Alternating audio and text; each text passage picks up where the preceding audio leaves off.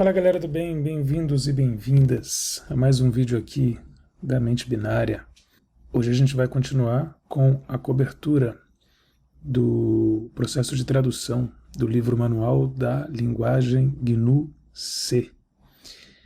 A gente traduziu nessa semana o capítulo 10, Ordem de Execução. Então tem aqui já 10 capítulos traduzidos para você se deliciar com essa maravilha que é a linguagem GNU-C. É ou não é? E esse capítulo fala sobre a ordem de execução, né? Não é à toa que o nome dele é esse. Vamos lá, vamos começar então esse assunto para que a gente entenda um pouquinho mais sobre a ordem de execução, das instruções ali, dentro de expressões, né? E expressões do em C. E lembrando que esse vídeo não substitui a leitura e o estudo, principalmente o estudo do capítulo, né? Lembrando que ler uma coisa, estudar é outra. Ler, você vai esquecer amanhã, isso se não for nos próximos 10 minutos. Estudar, você vai absorver, né? E conforme vai praticando, absorve muito mais. Então vamos lá. A ordem de execução de um programa em C, o que ele quer dizer aqui é, né, de tudo que você... Todas as instruções que você dá num programa, nem sempre é tão óbvia, né? E não é necessariamente previsível. Olha que legal. Esse capítulo descreve no que você pode confiar e também no que não pode. Então vamos lá. Reordenação de operandos, a primeira parte desse capítulo. A linguagem C não garante que as operações dentro de uma expressão sejam realizadas na ordem que aparecem. Por exemplo, chamada função foo, mais chamada função bar. Claro que aqui teria que ter alguma atribuição, né? Tipo int, a, igual, alguma coisa assim. Mas ele está colocando sua expressão aqui para a gente olhar. E ele diz assim, ó, foo, a função foo, né, pode ser chamada primeiro, ou a função bar pode ser chamada primeiro. Qual que é o problema disso? Você confiar nisso? Na verdade, você não pode confiar porque você não pode saber. Você não pode prever. Se a função foo atualizar um dado que bar vai utilizar, esses resultados serão imprevisíveis. Como assim? Que tipo de dado? De repente, para a função foo, você passa um ponteiro para o inteiro. Ou existe uma variável global que uma escreve e outra lê, e coisas do tipo. Então, pode ser que bar leia o valor dessa variável global antes de foo executar. Essa ordem que aparece no código, a ordem que você escreveu, primeiro foo, mais depois bar, ela não é necessariamente respeitada. O que ele quer dizer é que você não pode confiar nisso na prática, né? Claro que como é que resolve isso? Executa primeiro foo, depois bar, depois soma. Faz as coisas em etapas. A gente vai falar mais disso um pouquinho mais para frente. A ordem é imprevisível, né? Também faz diferença quando uma delas contém uma atribuição. Olha esse exemplo aqui. Esse é um outro exemplo problemático. Então, nesse caso, ó, o segundo argumento, x, é esse aqui do meio, né? Segundo argumento da printf. Então, o primeiro argumento está aqui, né? À esquerda da primeira vírgula. O segundo argumento é o x. Ele pode ter um valor diferente, dependendo se computado antes ou depois da atribuição no terceiro argumento. Então, aqui tem uma atribuição, tá vendo? Que atribui a x o valor 4. Se isso aqui ocorrer primeiro, vai imprimir aqui 4 e 4. Lembrando que, por que o segundo 4 aqui? O valor dessa atribuição, né, o valor dessa expressão é o valor que é atribuído. Então aqui vai retornar, digamos assim, não é bem retorno, né? Mas isso aqui vai virar 4, além de atribuir a x o valor 4. No entanto, se essa atribuição ocorrer depois, o que vai acontecer é que a gente vai ver aqui x igual a 20, né? Vai entrar 20 aqui, e depois 4. Né? E aí x vai ter 4, mas o printf já vai ter rolado. Ou seja, esse é mais um caso imprevisível, você não pode confiar. É claro que se você escrever esse código aí e compilar no seu compilador, ele vai escolher uma ordem. Mas a questão, e vai funcionar sempre nessa ordem toda vez que você executar o programa já compilado. Mas a questão é que você não vai poder garantir que esse código vai funcionar sempre assim. Você bota esse código na internet, alguém compila, pode ser que o compilador escolha outra ordem, e aí vai dar ruim, entendeu? Por isso, esse capítulo fala em confiança, o que você pode confiar ou não. Mais uma parte, associatividade e ordenação. Um operador binário associativo, como o mais, Binário porque ele tem, né, 2 operandos, ele exige 2 operandos, um de cada lado dele. Quando usado repetidamente, pode combinar qualquer número de operandos. Claro, você pode fazer, né, 1 mais 2 mais 3 mais 20 mais... vai embora. No caso aqui ele está somando retornos de função. Se os valores forem inteiros, o estouro puder ser ignorado, ou seja, você não está contando que vai ter um estouro de inteiro aí, eles podem ser combinados em qualquer ordem, né? Porque aí a soma não vai fazer a diferença a ordem que vai somar. Então aqui tem um exemplo, tá vendo? Independente da ordem que isso aqui é calculado, o resultado vai dar sempre o mesmo, né? Tranquilo. Admitindo que isso aqui vão retornar números inteiros, né? Sem sinal, que você não está preocupado ou preocupada com o estouro. Que a gente já falou, inclusive, no capítulo passado. Por outro lado, a aritmética com inteiros com sinal, ou seja, signed int, em que o estouro é significativo, nem sempre é associativa. E aí tem a referência ao capítulo que a gente já traduziu. Portanto, as somas devem ser realizadas na ordem especificada, obedecendo os parênteses e a associação à esquerda. Ou seja, não vai ser em qualquer ordem, né, como anteriormente. E aí ele completa que o mesmo se aplica na aritmética com valores de ponto flutuante, já que ela também não é realmente totalmente associativa, né? E que existe uma opção no GCC, aí onde entra muito a parte do GNU-C em si, né? Porque esse livro fala de GNU-C e não de C, normalmente, puramente. Porque essa opção aqui, por exemplo, é do GCC, que permite que o compilador altere a ordem de cálculo quando uma operação associativa combina vários operandos. Então, ele permite que essa ordem seja alterada. Por isso ele coloca aqui de insegura. Você fala, pô, mas quando que eu usaria isso? Realmente, difícil, né? Permitir que o compilador faça isso pode trazer problemas, mas como C é uma linguagem, eu considero bastante avançada em termos do que você pode configurar, e os compiladores de C também são softwares bastante avançados, eles permitem você fazer coisas, né, que talvez não sejam muito bem vistas por todo mundo. Vamos lá, próximo assunto, pontos de sequência. Esse é um assunto bem legal. Esses pontos de sequência são pontos no código, no seu código fonte, digamos assim, onde a linguagem C, né, o compilador de C, vai fazer garantias sobre a ordem das operações. Porra, como assim? Vamos lá. Aqui estão os casos em que os pontos de sequência ocorrem no final de uma expressão completa, no final do primeiro operando de certos operadores. Aí que tem o vírgula, o e, o ou e aquele condicional que algumas pessoas chamam de ternário, né? Mas vamos entender isso, vai. Tem também logo antes de chamar uma função. Antes de explicar mais, vamos entender isso aqui. Na prática é o seguinte, quando a gente cria aqui um código-fonte em C, esse código aqui, por exemplo, né, aqui tem uma expressão completa, né, int x igual a 20 ponto e vírgula. Um ponto de sequência estaria aqui, no final dessa instrução. Imagina assim, depois do ponto e vírgula, aqui teria um ponto de sequência. Ponto de sequência. Né? Algumas pessoas poderiam imaginar ele aqui embaixo também, mas tudo bem. Depois do ponto e vírgula, ponto de sequência. Aqui tem outro ponto de sequência. Esse ponto vai garantir a ordem. O que isso significa? Que a instrução na linha 6 garantidamente ocorre antes do que a instrução na linha 7. É simples assim. Você já sabe isso quando você começa a programar. Você já entende isso. Mas aqui ele está detalhando, né, qual o nome disso, inclusive, para o compilador. Chama ponto de sequência. Mas tem outros pontos de sequência que ele falou aqui. No final do primeiro operando de certos operadores. Vírgula, por exemplo. Primeiro operando de certos operadores.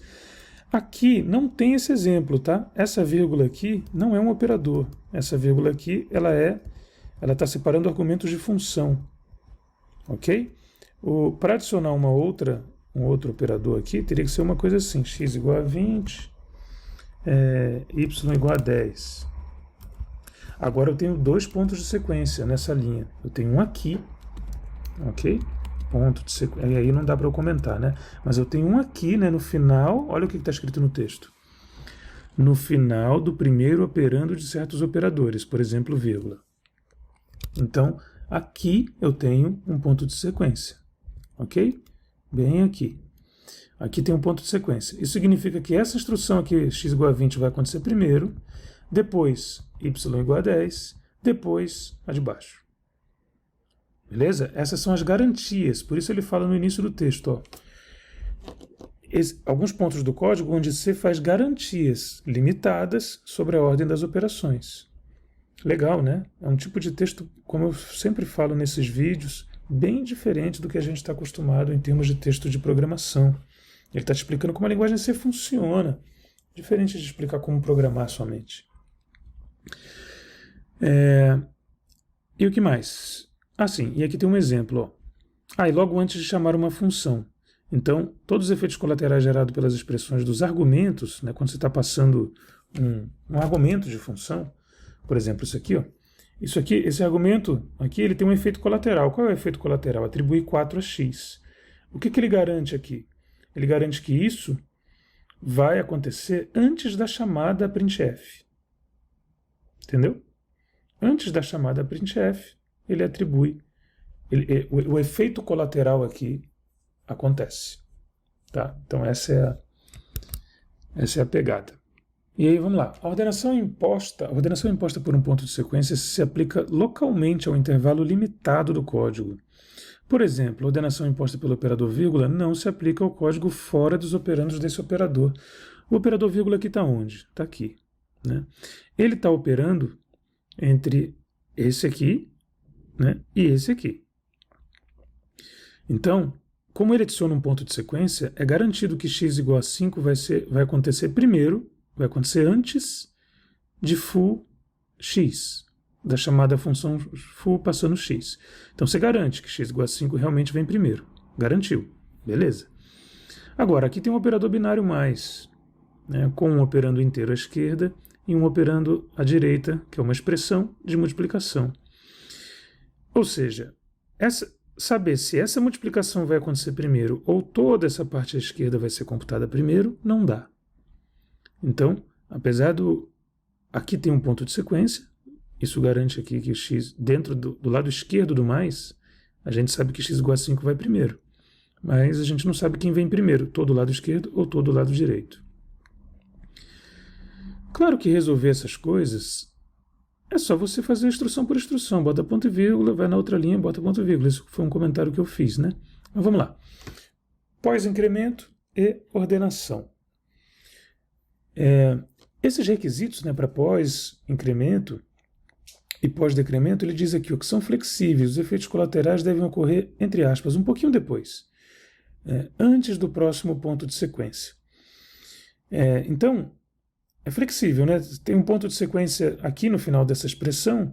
Antes de acabar um pouquinho, ele tem esse mais aí vai ocorrer. É como se ele adicionasse, digamos assim, um ponto de sequência, mas não é bem um ponto de sequência, né? Isso ainda permite várias ordens que podem produzir resultados diferentes. Nessa expressão aqui, por exemplo, ó, não é previsível se x será incrementado antes ou depois de chamar a função foo.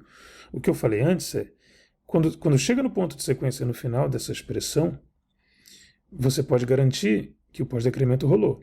Agora, você não sabe se é antes ou depois da chamada à função foo. Pode chamar foo primeiro e depois rolar o pós-incremento, ou pode pós-incrementar e depois chamar foo. Isso não dá para saber. Beleza? E qual que é o problema? Se foo fizer alguma referência a x, que você acabou de incrementar, ela pode, em algum compilador, em alguma versão de compilador, ela vai ver o valor antigo, em outra versão de compilador, em outros compiladores, pode ser que ela veja o valor novo. Isso não é garantido. Então você precisa ficar atento ou atenta a isso aí. Entendeu?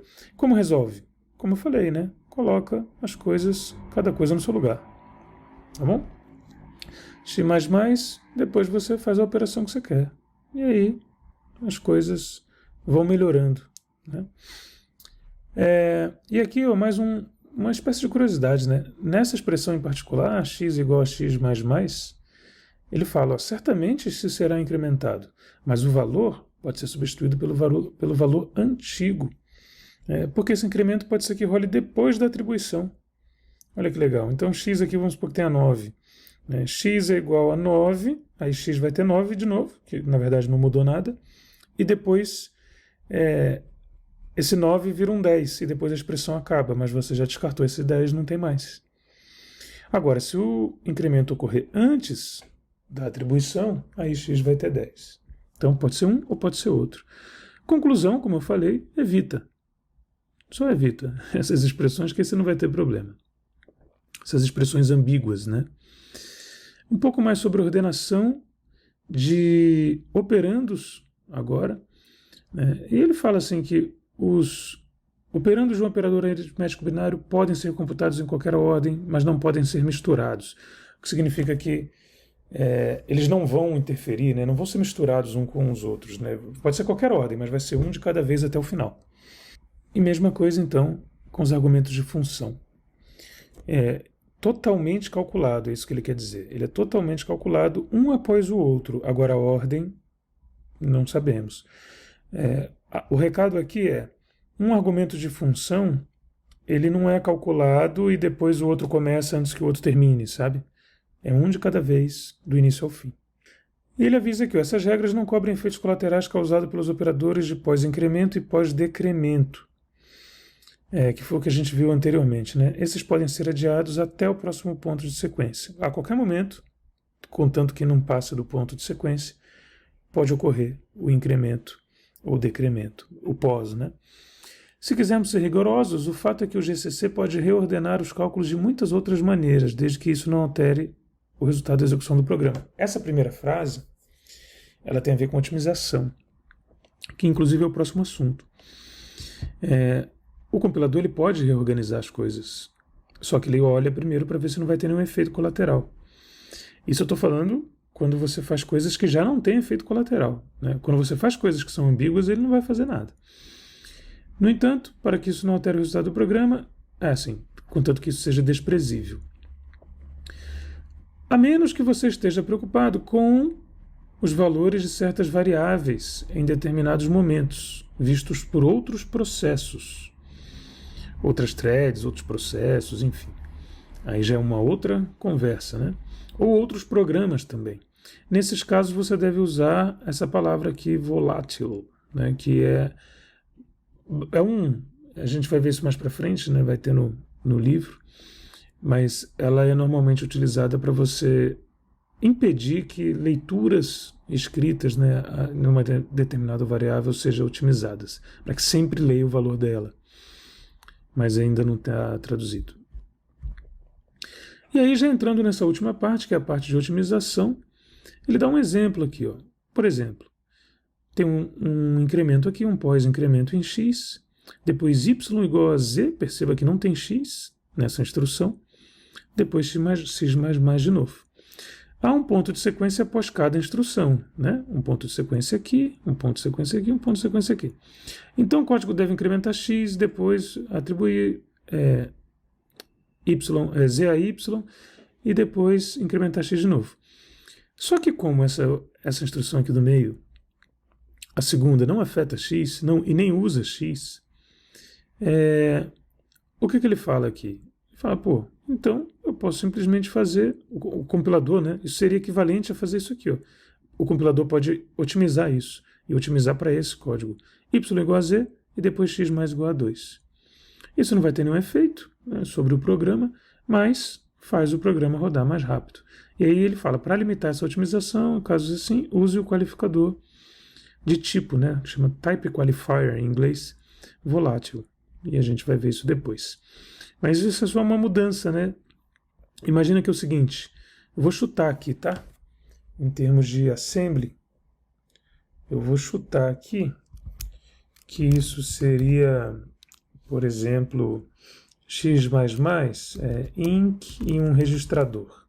Né? Aí aqui outro registrador e outro registrador. Seriam variáveis diferentes, assumindo que elas estão nos registradores. Esse seria o primeiro código.